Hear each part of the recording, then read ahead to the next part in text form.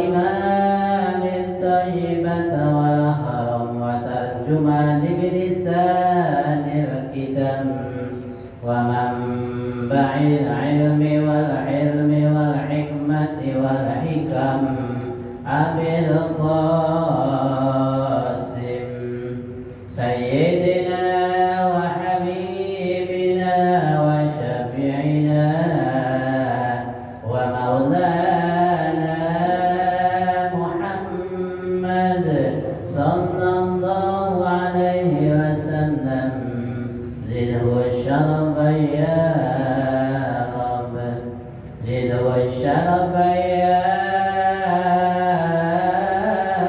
رب يا رب كرمه وتعظيمه ورفعته ومهابته وبره وسلم رضي الله تبارك وتعالى عن ذوي البحر العلي والقدر الجليل ساداتنا وأئمتنا وموالينا ببكر وعمر وعثمان وعلي الحسن ثم الحسين وعن بقية الصحابة وقرابة رسول الله صلى الله عليه وعليهم أجمعين والحمد لله رب العالمين. Assalamualaikum warahmatullahi wabarakatuh. Bismillah, alhamdulillah, wala hawla wala quwwata illa billahil aliyyil azim. Asyhadu an la ilaha illallah wahdahu la syarika lahu wa asyhadu anna Muhammadan abduhu wa rasuluhu la nabiyya ba'dah. Allahumma shalli wa sallim wa barik ala sayyidina Muhammadin wa ala alihi wa sahbihi ajma'in, amma ba'du.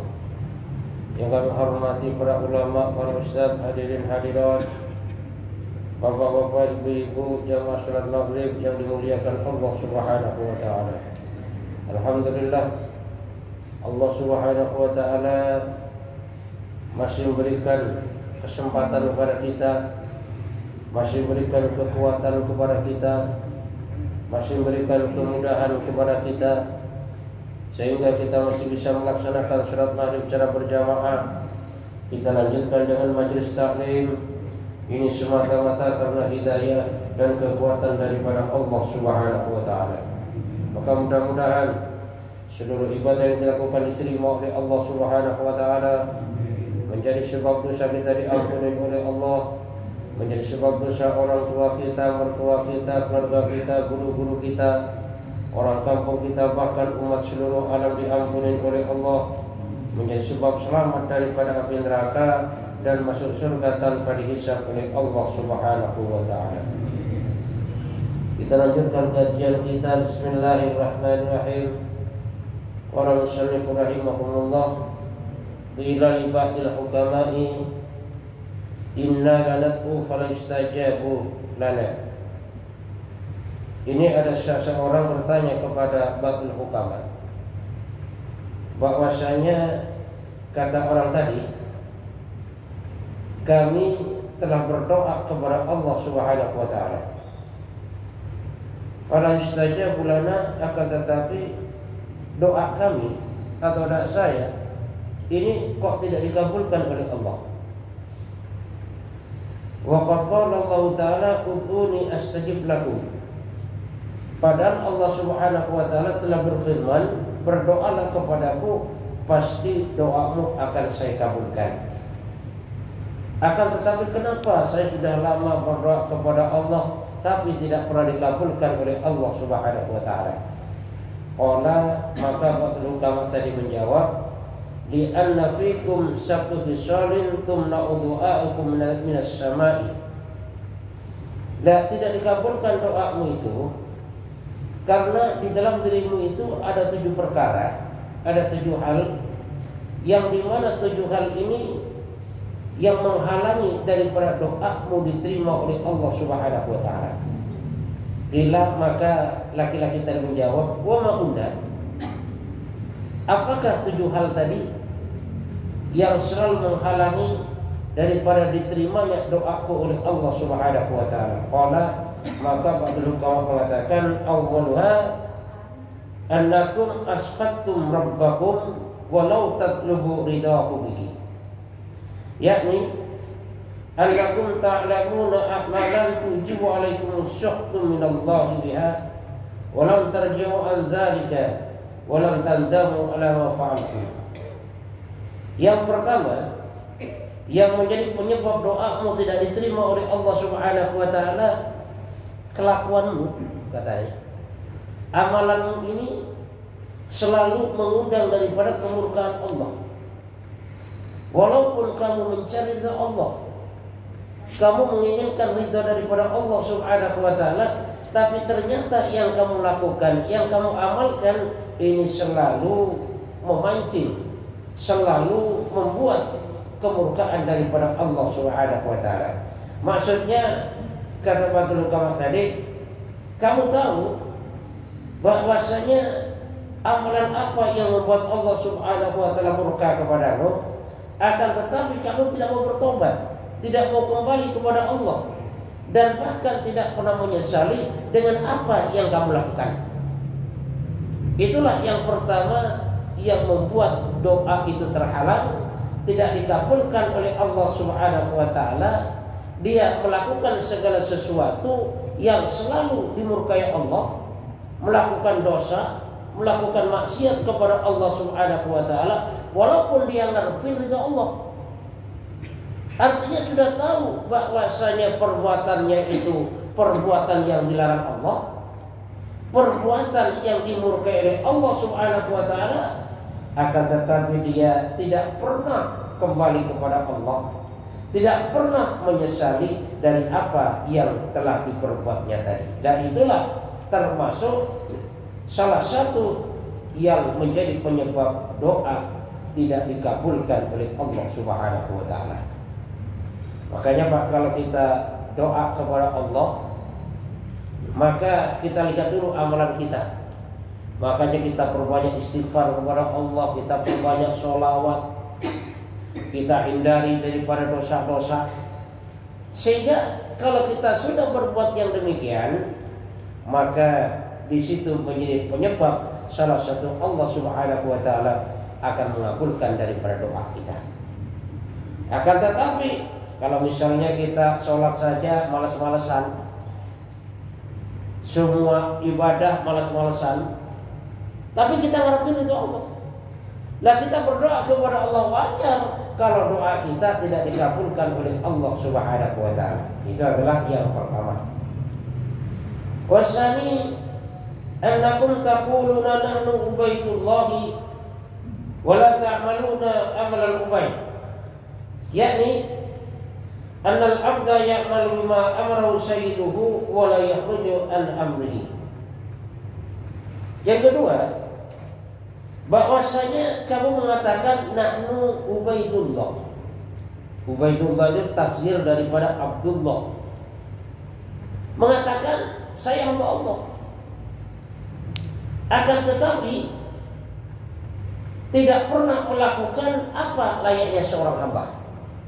Jadi mengatakan saya hamba Allah, ditazkir menjadi Ubaidullah, ya. Ini termasuk salah satu bentuk daripada kerendahan.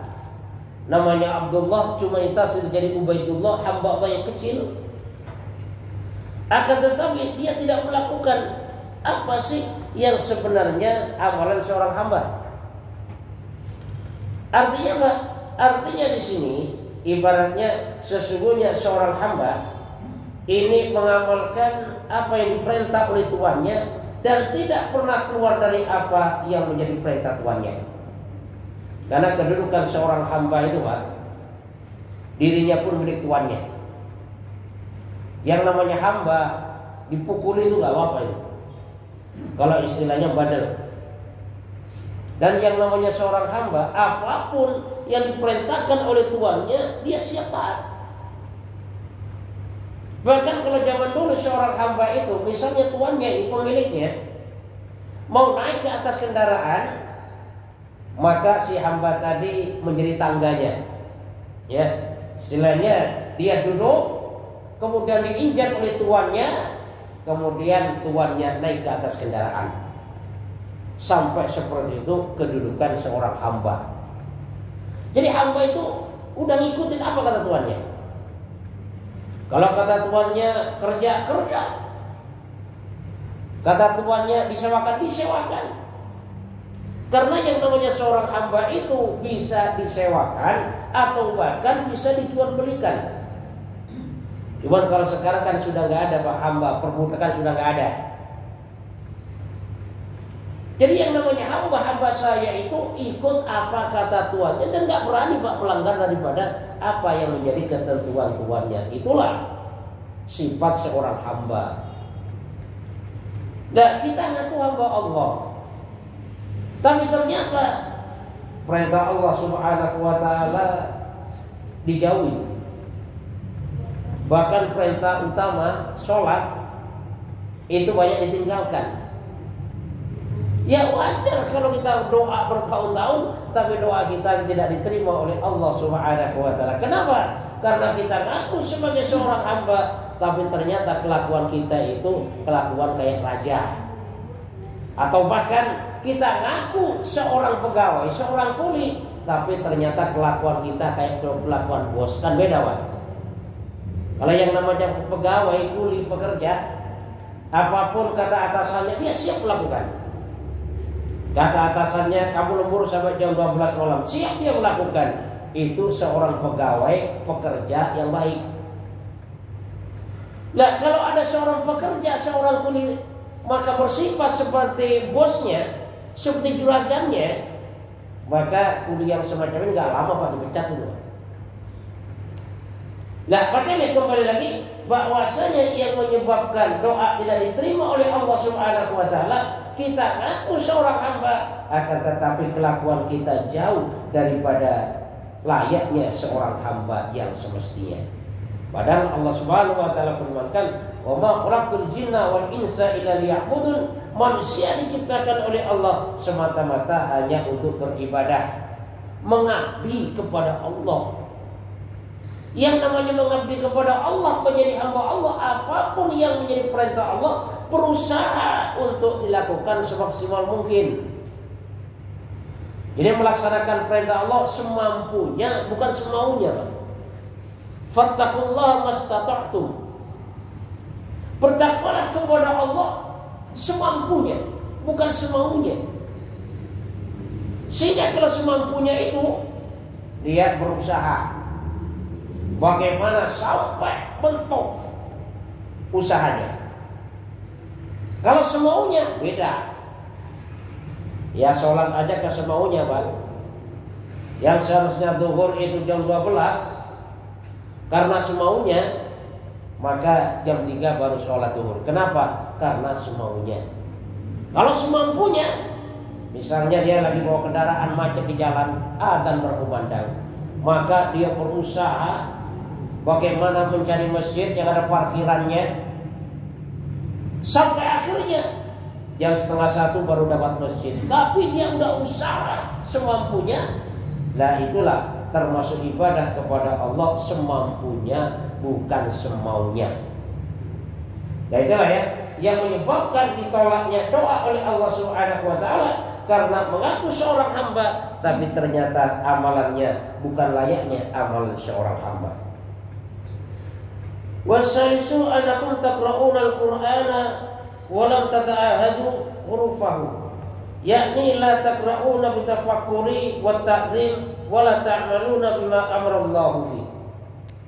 Yang ketiga yang menyebabkan ditolaknya doa oleh Allah Subhanahu wa taala, kata para ulama, kalian membaca Al-Qur'an akan tetapi tidak pernah berpikir apa yang ada dalam Al-Quran tadi. Dia membaca Quran gak pernah dengan tafakur.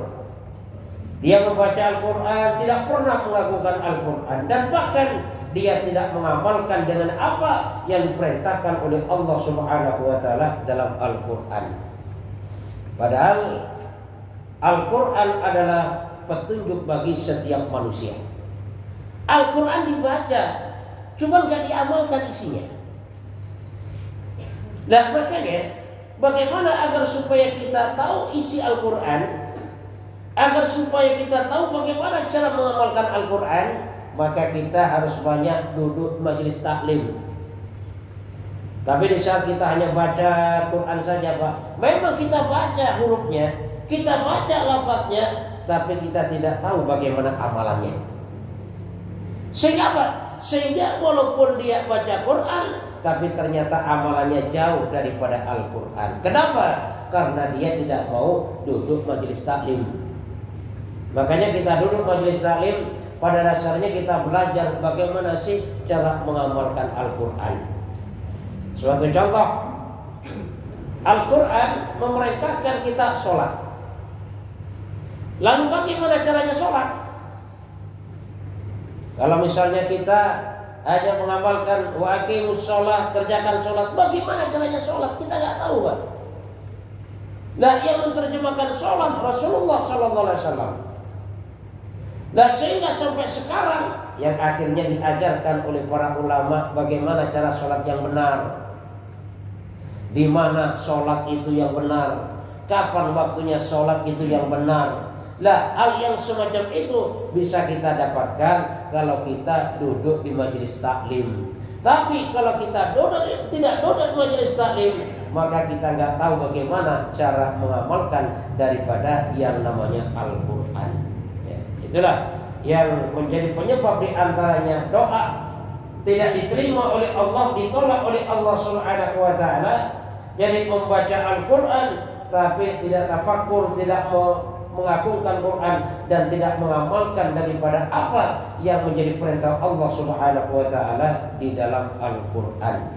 Nah, kenapa tidak bisa mengamalkan perintah Allah dalam Al-Quran?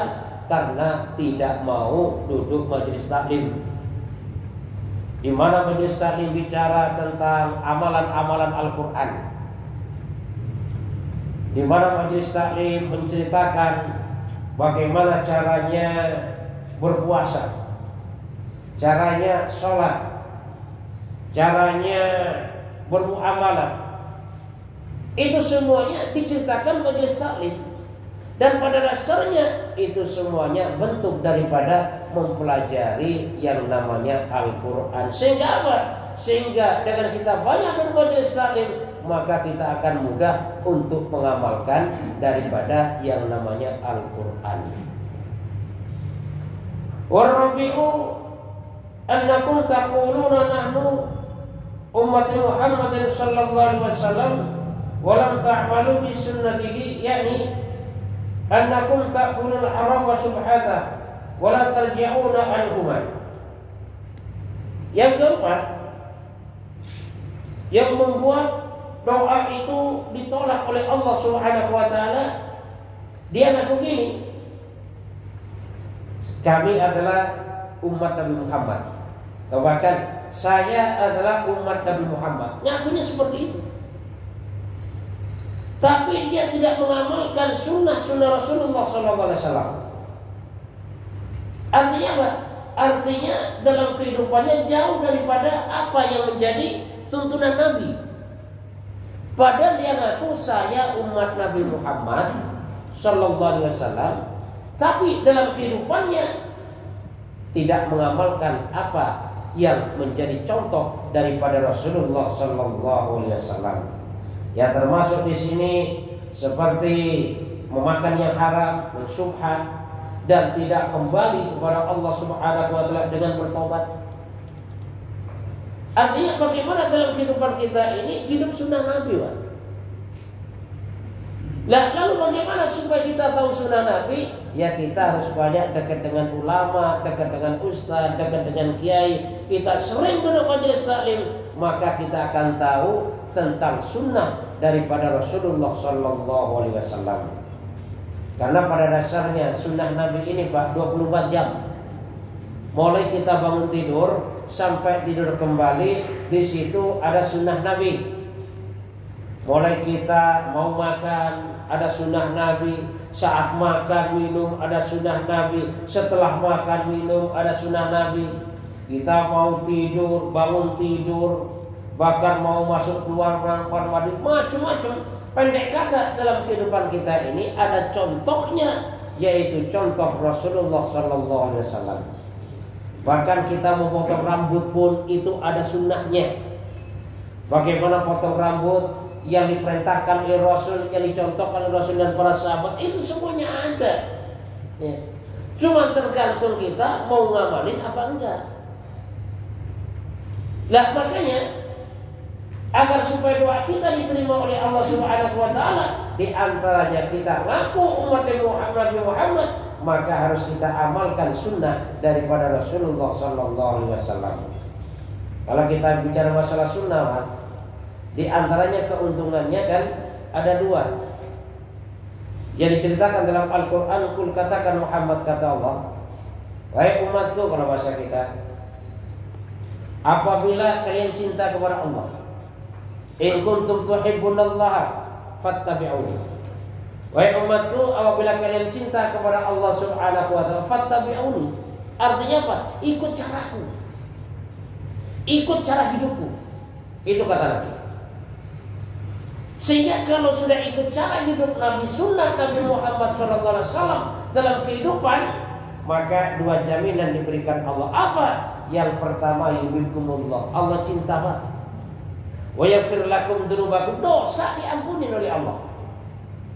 Artinya apa? Artinya dalam kehidupan kita ini, kalau kita ikut sunnah daripada Rasulullah SAW, yang pertama Allah cinta kepada kita, yang kedua dosa kita diampuni oleh Allah Subhanahu wa taala. Coba Pak, kalau sudah dicintai Allah, hidup kita terasa enak Pak. Udah dekat sama Allah. Kenapa? Allah cinta kepada kita. Jangankan kita jadi orang kaya, orang miskin pun kalau dicintai oleh Allah Subhanahu wa taala, hidupnya enak Pak. Hidupnya senang. Karena dicintai oleh Allah. Nah makanya kadang-kadang kalau kita bicara masalah cinta, orang yang dicintai belum tentu dikasih. Suatu contoh gini. Ada orang tua, seorang bapak punya dua anak. Anak yang satu ini taat banget sama orang tuanya. Anak yang satu bandel banget. Maka anak yang bandel ini minta apapun dikasih oleh orang tuanya. Minta mobil dikasih, minta motor dikasih. Kenapa? Karena udah males lah orang tuanya lihat dia. Makanya apapun yang diminta dikasih. Sedangkan anak yang baik, yang taat kepada orang tuanya, yang dekat dengan orang tuanya tadi, permintaannya tidak selalu dikabulkan oleh orang tuanya. Kenapa? Karena orang tuanya paham mana yang terbaik untuk anak ini. Sehingga walaupun gak dikasih oleh orang tuanya, cuma dekat dengan orang tuanya. Hatinya dekat dengan orang tuanya, perasaannya dekat dengan orang tuanya. Walaupun setiap permintaannya tidak dikasih oleh orang tuanya dan tidak dikasih oleh orang tuanya, karena itu juga untuk kebaikan anak tadi. Tapi kalau anak yang bandel tadi semuanya dikasih oleh Allah, oleh orang tuanya. Orang tuanya ngasih bukan berarti sayang, karena gedek aja dah, ya kan? Karena udah males lihat mukanya, makanya apapun yang minta udah dikasih aja dah. Minta ini dikasih, minta ini dikasih. Lah ngasihnya itu bukan karena sayang, ngasihnya karena gedek kepada anak itu. Nah itulah ibaratnya Pak. Jadi walaupun semua keinginan tidak diberikan oleh Allah, tapi kalau dekat dengan Allah enak rasanya Pak. Karena setiap orang yang dikasih oleh Allah belum tentu disayang oleh Allah. Setiap orang yang tidak dikasih oleh Allah bukan berarti dia dibenci oleh Allah. Ini ada satu kisah. Ada seorang raja. Raja ini zalim, kafir. Maka setiap keinginannya selalu tertunaikan. Bahkan menjelang daripada kematian raja ini, Dia menginginkan suatu ikan yang dimana ikan ini sangat susah untuk dicari. Bahkan ikan ini adanya di tengah laut. Tidak semua orang bisa untuk mendapatkan ikan ini. Karena raja ini punya kemauan, punya keinginan ikan yang paling enak tadi, yang akhirnya Allah kirim malaikat untuk mengirim ikan agar supaya kena pancing oleh tukang pancing. Kenalah ikan tadi, dibawalah ke pasar. Setelah sampai ke pasar, bertemulah dengan utusan raja yang memang sengaja untuk mencari ikan yang diinginkan oleh raja tadi. Dibeli itu ikan, dimasak itu ikan. Setelah dimasak, dimakan oleh raja. Sampai lahapnya raja, tulangnya pun dimakan. Akhirnya keselak dengan tulangnya tadi. Sampai akhirnya membuat raja ini meninggal. Sedangkan di sisi lain ada orang miskin, tukang kayu, cari kayu bakar dia. Dan di tengah-tengah dia sakaratul maut, dia sangat kehausan. Maka oleh seseorang dibawakan air untuk minumnya dia. Tapi setelah air itu mau nyampe ke bibirnya, Allah perintahkan kepada malaikat agar supaya menumpahkan daripada air yang mau diminum orang miskin yang taat tadi. Akhirnya tumpah itu air, gak jadi minum sampai akhirnya meninggal dunia. Maka malaikat bertanya kepada Allah, kalau bahasa kita, kenapa kondisinya seperti ini ya Allah? Raja zalim, semua keinginannya selalu tertunaikan. Sedangkan hambamu yang miskin ini, yang sholat ini, mau minum saja, kenapa? Kok harus dilemparkan, ditumpahkan itu airnya? Maka Allah menjawab para malaikat, bahwasanya si raja tadi semuanya keinginannya tertunaikan, sehingga di akhirat besok sudah nggak ada lagi kebahagiaannya. Kenapa? Semua keinginannya tertunaikan di dunia. Di akhirat udah nggak dapat lagi di raja. Sedangkan orang miskin yang soleh tadi, kenapa minuman yang sudah nyampe di bibirnya itu ditumpahkan oleh malaikat dengan perintah Allah? Karena orang miskin yang soleh tadi masih punya dosa, yang dimana dengan ditumpahkannya air tadi tidak ditunaikan keinginannya oleh Allah Subhanahu wa taala untuk minum, itu menjadi penebus daripada dosanya, sehingga orang miskin yang soleh tadi semua hajatnya akan ditunaikan oleh Allah Subhanahu wa taala di akhirat. Makanya kalau misalnya hajat kita tunaikan semuanya, kita harus banyak istighfar juga, Pak. Takut-takut di akhirat kita nggak punya apa-apa. Ya. Lah makanya kembali lagi, bahwasanya kita ngaku umat Nabi Muhammad, tapi ternyata sunnah Nabi Muhammad SAW kita tidak mengamalkan dalam kehidupan kita. Makanya kita belajar, Pak, bagaimana dalam kehidupan kita ini mengamalkan sunnah daripada Rasulullah SAW. Kenapa? Karena sunnah Nabi ini meliputi daripada seluruh kegiatan hidup kita ini. Mulai kita bangun tidur sampai tidur kembali, di situ ada sunnah Rasulullah SAW. Dengan harapan apa? Dengan harapan doa kita diterima oleh Allah, dengan harapan besok kita mendapat syafaat daripada Rasulullah SAW. Maka bentuk cinta kita kepada Rasulullah, di samping kita baca sholawat, maka harus ikut sunnah daripada Rasulullah. Di samping kita ikut sunnah daripada Rasulullah, maka juga kita perbanyak membaca daripada sholawat. Artinya apa? Artinya dalam kita hidup ini membaca sholawat juga mengamalkan sunnah, mengamalkan sunnah juga membaca sholawat. Wal khamisu, yang kelima, annakum taquluna anna dunya indallahi la tusawi janaha ba'udatin wa qad atmantum ilaiha. Yang kelima, kata Abdul Karim, kamu mengatakan bahwasanya dunia ini di sisi Allah Subhanahu wa taala tidak sebanding dengan sayap nyamuk. Akan tetapi kamu merasa senang, merasa enak, dan bahkan dunia itu kamu jadikan sebagai tempat tumpuhan. Itulah termasuk salah satu yang menyebabkan doa tidak diterima oleh Allah Subhanahu wa taala, menganggap dunia ini tidak sebanding dengan sayap nyamuk, tetapi dunia dijadikan sebagai tujuannya. Wasadisu annakum taquluna in hadza ilatun wa a'malukum a'malul muqimin. Dan yang keenam, kamu mengatakan bahwasanya dunia ini fana, dunia ini akan hancur, dunia ini akan binasa, tapi ternyata amalanmu seakan-akan bagimu dunia ini akan kekal untuk selama-lamanya. Jadi mengatakan dunia ini kan akan hancur, dunia sementara, tapi amalannya ternyata seakan-akan dia menganggap bahwasanya dunia ini akan kekal untuk selamanya. Wasabi'u annakum taquluna annal akhirata khairun minad dunya wala tajiduna fi talabiha wa tahtaruna ad-dunya 'alal akhirah.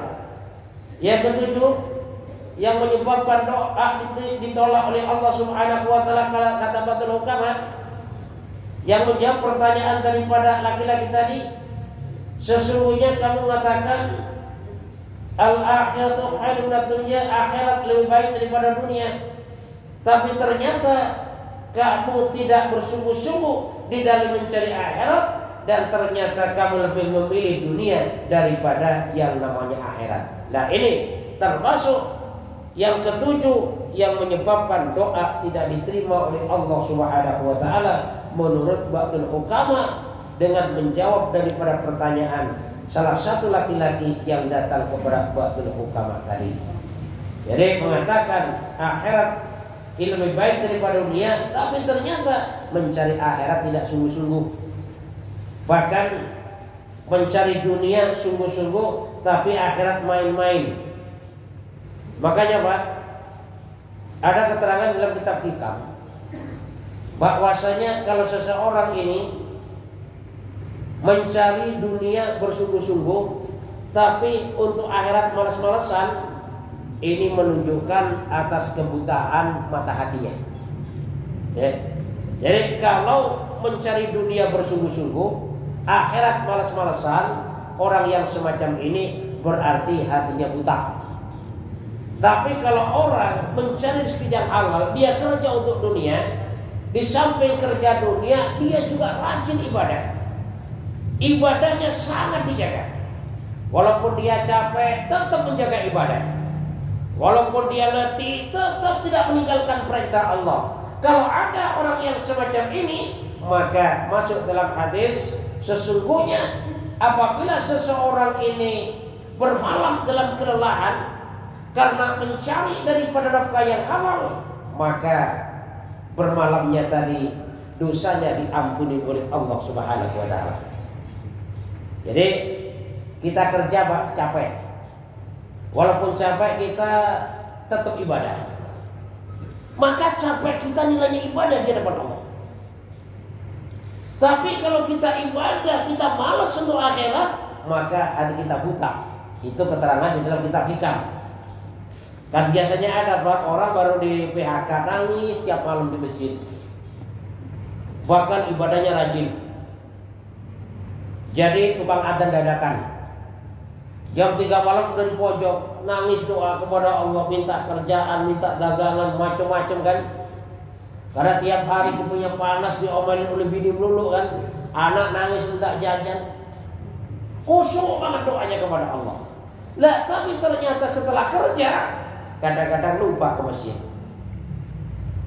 Setelah ekonominya bagus, ternyata jauh daripada masjid. Nah, kalau ada orang yang semacam ini, maka orang itu termasuk buta daripada yang namanya mata hatinya. Ya kan? Supaya kita gak buta mata hati, walaupun kita sibuk, walaupun kita kerja, walaupun kita dagang, maka tetap ibadah dijaga kepada Allah Subhanahu wa taala. Kalau sudah demikian, maka capeknya kita, tidurnya kita dalam keadaan letih dan capek, maka dalam saat itu diampunin dosanya oleh Allah Subhanahu wa taala karena capeknya tadi tetap menjaga daripada perintah Allah Subhanahu wa taala. Maka mudah-mudahan Allah Subhanahu wa taala berikan kepahaman kepada kita, semakin hari semakin taat kepada Allah Subhanahu wa taala. Mudah-mudahan Allah Subhanahu wa taala istiqomahkan kita dalam kebaikan. Mudah-mudahan Allah Subhanahu wa taala berikan kita husnul khatimah. Mudah-mudahan kita yang masih punya masalah kita selesaikan oleh Allah. Yang masih punya utang, mudah-mudahan cepat lunas utangnya. Dan mudah-mudahan anak cucu kita menjadi anak soleh dan solehah. Mudah-mudahan saudara kita, orang tua kita, guru-guru kita, keluarga kita semuanya, mudah-mudahan yang sudah meninggal dunia diampuni dosanya oleh Allah. Semua keburukannya diganti dengan kebaikan. Mudah-mudahan bersama kita semuanya selalu mendapat rahmat Allah, selamat daripada api neraka dan masuk surga tanpa dihisab oleh Allah Subhanahu wa taala. Subhanakallahumma wa bihamdika asyhadu an la ilaha illa anta astaghfiruka wa atubu ilaik. Wassalamualaikum warahmatullahi wabarakatuh.